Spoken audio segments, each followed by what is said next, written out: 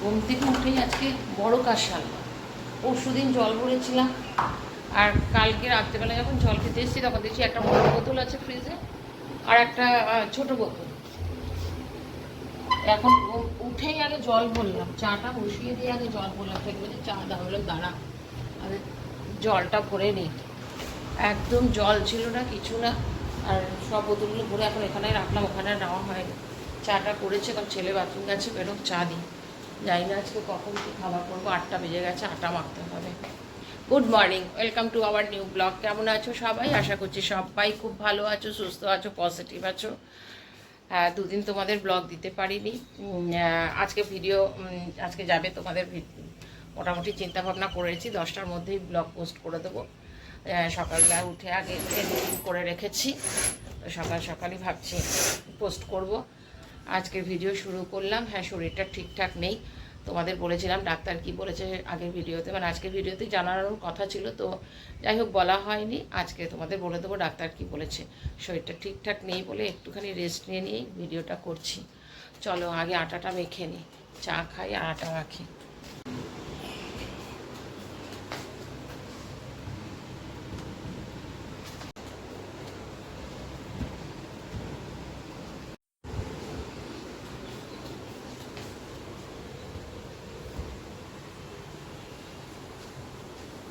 এবার ভাই বলছি পরোটা দিয়ে দিচ্ছি আর ঘুগনি নিয়ে নিবি, ঠিক আছে? সবজি টবজি করলাম না, ওই জন্য ওকে আমি চা দিয়ে পরোটা দিয়ে দিলাম। আর দুধ চা তো কালকে নষ্ট হয়ে গেছে, প্যাকেট ছিল, কালকে খেয়েছি। আর এখন যতক্ষণ নিচে না যাবো ততক্ষণ হবে না, লাল চাই করলাম। আর তরকারি করতে একদম ইচ্ছে করছে না, গরমে একদম দাঁড়াতে পারছি না, একদম এত শরীর খারাপ করছে না গরমে। পাওয়া যায় যখন, ঠিক আছে সুবিধা আছে, পরোটা করে দিলে একটু উবড়ে টুবড়ে নিয়ে খেয়ে নেবে। আর হচ্ছে কি বলতো, বাইরে মেঘ মেঘ করে থাকছে না, যার ফলে যেন একদম গুমোট হয়ে গেছে, মানে এত গরম লাগছে। সে কবে বোধহয় 1 সপ্তাহ আগে বোধহয় বৃষ্টি হয়েছিল, তারপর দেখুন বৃষ্টির কোনো ব্যাপার নেই, সেরকমভাবে হাওয়াও দিচ্ছে না। রাত হলে হয়তো একটুখানি, আর মেঘ করে থাকছে, আরও বেশি যেন একদম অস্থির করছে গরমে। কত জামা কাপড় কাচা হয়েছিল দেখো, 4 দিন ধরে কাপড় জামা কাচা হয়েছে, এইখানটাতেই রেখে দিয়েছি। এই ভাঁজ করতে গোছাতে শুরু করেছি। কী যে হয়েছে কে জানে, শরীরটা প্রচণ্ড দুর্বল লাগছে, মানে কিছু করতেই ইচ্ছে করছে না। মানে করতে হবে, করছি। সকালবেলা উঠে ঝড় দেওয়া মোছা ওটা করে দিয়েছি ছেলে যাওয়ার আগে। আজকে এখন নিজেরই খারাপ লাগছে যে কবে থেকে জামা কাপড়গুলো পরে রয়েছে, এগুলোকে আগে ভাঁজ করি। তাই জন্য কয়েকটা ভাঁজ করেছি, করে নিয়ে আর পারছি না, দেখে বললাম না ভিডিও অনও করি আর তোমাদের সাথে একটু কথাও বলি। একটা নতুন ওষুধ খাচ্ছি, সেই জন্যই হয়তো এরকম মানে ভীষণ ল্যাথার্জি লাগছে, কোনো কাজে আর মন বসছে না। দেখি আস্তে আস্তে সবগুলো কাপড় জামা ভাঁজ করে আলমারিতে তুলি, তারপরে অন্য কাজ করবো।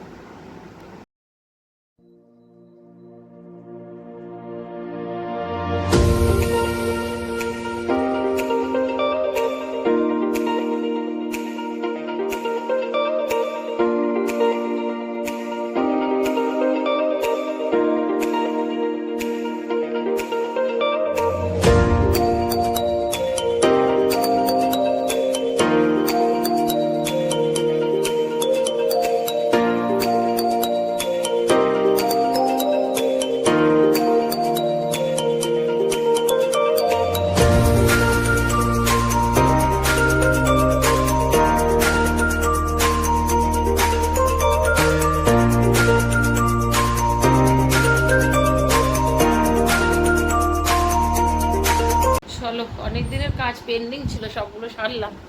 ও সারলেও হবে কি, আবার দেখো মেশিন চালাতে হবে, দুটো প্যান্ট রয়েছে, ছেলের প্যান্ট রয়েছে, ওই দুটো কাচতেই হবে।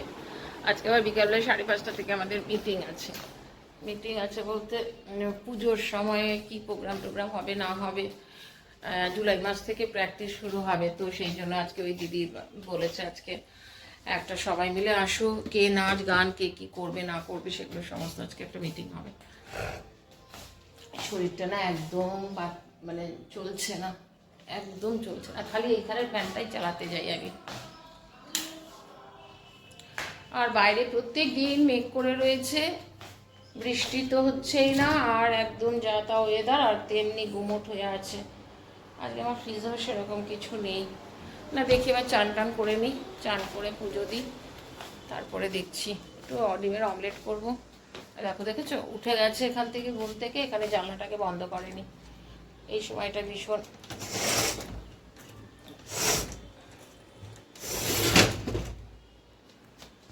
আমি সেদিন ডাক্তার দেখিয়ে এসেছি, ব্লাড টেস্ট করিয়ে এসেছিলাম, তো আর সেদিনের ভিডিও তোমরা পেয়েছিলে। তো ডাক্তার যেদিন দেখাতে গেছিলাম একটু ভিডিও করিনি, সেটা পরে তোমাদের বলেছি, কারণ হাসপাতালে আমার অনেকক্ষণ সময় চলে গেছিলো। দিয়ে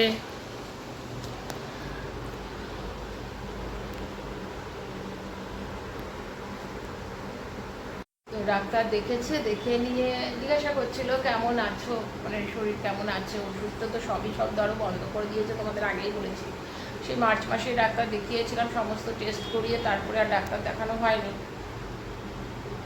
ডাক্তার বললাম যে আমি হাঁটছি প্রতিদিনই, কিন্তু খুব কষ্ট হচ্ছে, মানে আমি পাচ্ছি না। আমার মানে এক এক সময় মনে হয় না ওইখানটাতে বসে পড়ি, হয়তো কখনো হাঁটছি, হেঁটে আবার একটু বসছি, ওইরকম। তো রিপোর্টটা দেখে বললো একটা ইকো করে নাও আর পালমোলজিস্টকে একবার দেখাও। আর পালমোলজিস্ট আমাকে তখন দেখে হেলথ ওয়ার্ল্ডে বলেছিল 2 মাস পর এসে একটা ইকো করে, তারপর দরকার পড়লে তখন আমরা একটা অ্যানজিও করে দেখে নেব। তো উনি যেটা বলছে যে হবে না, তুমি হাঁটলেও তোমার কষ্ট হবে, কারণ আমাদের হার্ট যে চলছে, সেই হার্ট চলছে কিন্তু ইলেকট্রিসিটি একটা যায় আর কি ওদের ভাষায়। এবার ইলেকট্রিসিটি বলতে কি বুঝলাম না। তো উনি বলছে সেটা যে ডাইরেক্ট হার্টে যায়, তবেই না হার্টবিট ঠিক থাকে, শ্বাসকষ্ট হবে না, সবটাই। কিন্তু এইটা হচ্ছে কি, তোমার ওটা ডাইরেক্ট তোমার কাছে যাচ্ছে না, ওটা সারা শরীর ঘুরছে, ঘুরে যখন যাচ্ছে তোমার ভালবে, তো অটোমেটিক টাইমটা অনেকটা লাগছে। ওই টাইমটার জন্য তোমার এই শ্বাসকষ্ট, তুমি কোনো কাজ করতে পারছো না, সবসময় মনে হচ্ছে শুয়ে বসে থাকি, ভালো লাগছে না। এইটাই হচ্ছে মেইন প্রবলেম, মানে ডাইরেক্ট যেটা হার্টের মধ্যে যাওয়ার দরকার সেটা তোমার যাচ্ছে না, ভালভের মধ্যে গিয়ে পৌঁছচ্ছে না, যার জন্য এই অবস্থা। তো তার জন্য এখন বলে একটা ওষুধ দিলাম, কিছু করারও নেই। এই অবস্থায় যে ওটি করবে, ভাল্ব কাজ করছে না মানে তাহলে আমাকে 2টো ভাল্ব চেঞ্জ করতে হবে, আবার সেই কাটাকাটি। সেখানে দাঁড়িয়েও ডাক্তারদের একটুখানি প্রবলেম হচ্ছে যে এখানে আর 3বার অপারেশনের পর, ধরো আমার তো পুরোটাই কাটা, তোমাদের আগেও বলেছি, আমার পিঠের থেকে বুক পর্যন্ত একবার কাটা। ওপেন হার্ট যখন হলো তখন তো আমার এইখান থেকে, ধরো অনেক সময় তো তোমরা ঠিকভাবে দেখলে বুঝতেই পারবে, আমার এখান থেকে পুরোটাই কাটা। আবার কেটে অপারেশন করাটা একটা বিশাল ব্যাপার আর কি একটা। তো সেই সব কারণে এখন ডাক্তার একটা ওষুধ দিল, বলে আমি একটা ওষুধ দিলাম, খাও, 2 মাস পর আবার আসো, দেখছি। তো তার মধ্যে চেষ্টা করছি যে একটা এরপর যখন যাব তখন আমি হয় পালমোলজিস্টকে দেখিয়ে আর একটা ইকো করে নিয়ে যাবো। পালমোলজিস্ট চেঞ্জ করবো না, সেটা আমি হেলথ ওয়ার্ল্ডে যাকে দেখিয়েছি তাকেই দেখাবো। তো দেখা যাক কী করি, কারণ একটুখানি আমি ঘেটেও রয়েছি। কি বলে তো, আমার হাজব্যান্ড রিটায়ার করার পর জয়েনও করেছিল, সবাই জানো। তো সেইখানে আর কাজটা উনি ঠিক পোষায়নি আর কি ওই কাজটার জন্য, তো সেটা ছেড়ে দিয়েছে। এখন আবার দৌড়াদৌড়ি করছে কাজের ব্যাপার নিয়ে, বাইরে কাজ পাচ্ছে, ভিলাইতে, এমপিতে বা উড়িষ্যায় কাজ পাচ্ছে, কিন্তু চিন্তা করছে বাড়ি থেকে বেরিয়ে চলে গেলে বাড়িতে কি হবে, সেই সব চিন্তা করছে। যাই হোক, জানি না, এবার এক একটা সময় হয়তো ভগবান চারধার দিক দিয়ে আটকে দেয় বলে না, সেই রকমই হয়তো ব্যাপারটা হয়ে গেছে। ওই অবস্থাতেই আমাকে করতে হচ্ছে। তো এখন ওষুধ খেয়ে দেখা যাক কতদিন ঠিক থাকি, 2 মাস পর আবার যাব। এখন হচ্ছে কি বলতো, ওষুধটা খাবার পর, ওইটা 8টার সময় ওষুধটা খাওয়ার পরেই মনে যেন খুব ঘুম পাচ্ছে। আমি 10টার মধ্যে শুয়েও পড়ি, ওনারাও বলছে যে একটু ঘুমেরও দরকার তোমার। আর কিন্তু এবার 4টের সময় ঘুম ভেঙে যাচ্ছে, যেহেতু 10টায় শুচ্ছে, 4টায় ঘুম ভেঙে যাচ্ছে। তারপরে যে সারাদিন জেগে থাকি, দুপুরবেলা তো আমি ঘুমাই না। তো যাই হোক, জানি না কি হবে, কি আছে কপালে, খালি ছেলেটার চিন্তাই করি। কারণ মায়ের কিছু হয়ে গেলে ছেলে মেয়ে একদম পথে বসে যায়। যতই হোক হয়তো কাজ করছে, নিজের পায়ে হয়তো দাঁড়াবার চেষ্টা করছে, তবুও ধরো। তো যাই হোক, জানি না, ঠাকুর যা মনে করবে সেটাই হয়তো হবে। চলো কাজগুলোকে সেরে ফেলি, সব তুলে রেখে দেবো। এখন আর মাছ টাছ কিছু করবো না, শরীরও দিচ্ছে না, করবো না কিছু। আর যা আছে, ভেবেছিলাম চিংড়ি মাছটা বেছে রাখবো, এখন আর সেটাও সম্ভব নয়। ডাব্বার মধ্যে ঢুকিয়ে রেখে দেবো সব।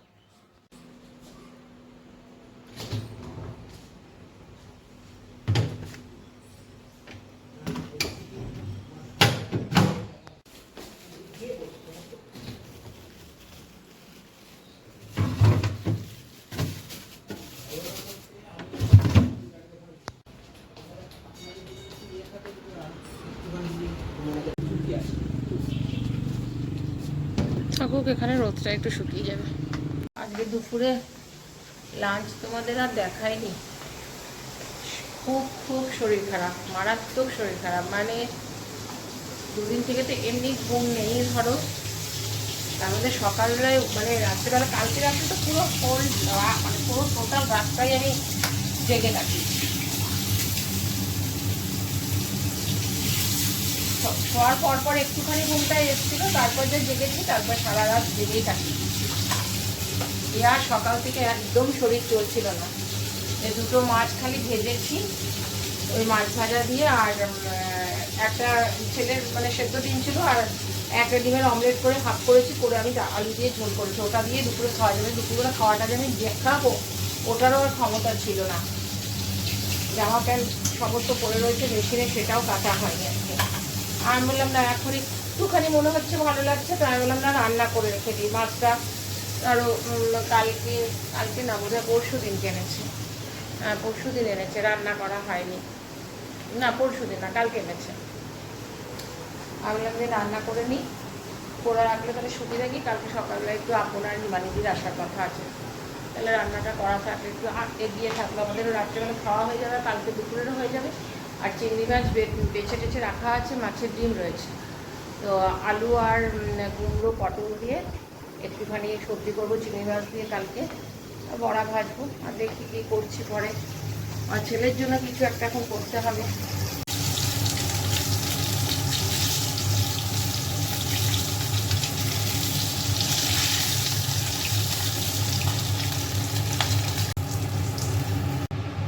শুকনো লঙ্কা আর একটু দারচিনি দিলাম, একটুখানি দই দিয়ে দিলাম।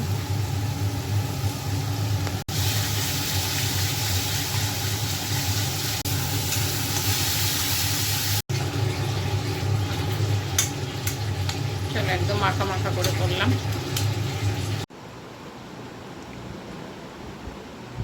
11টা বাজে আজকে।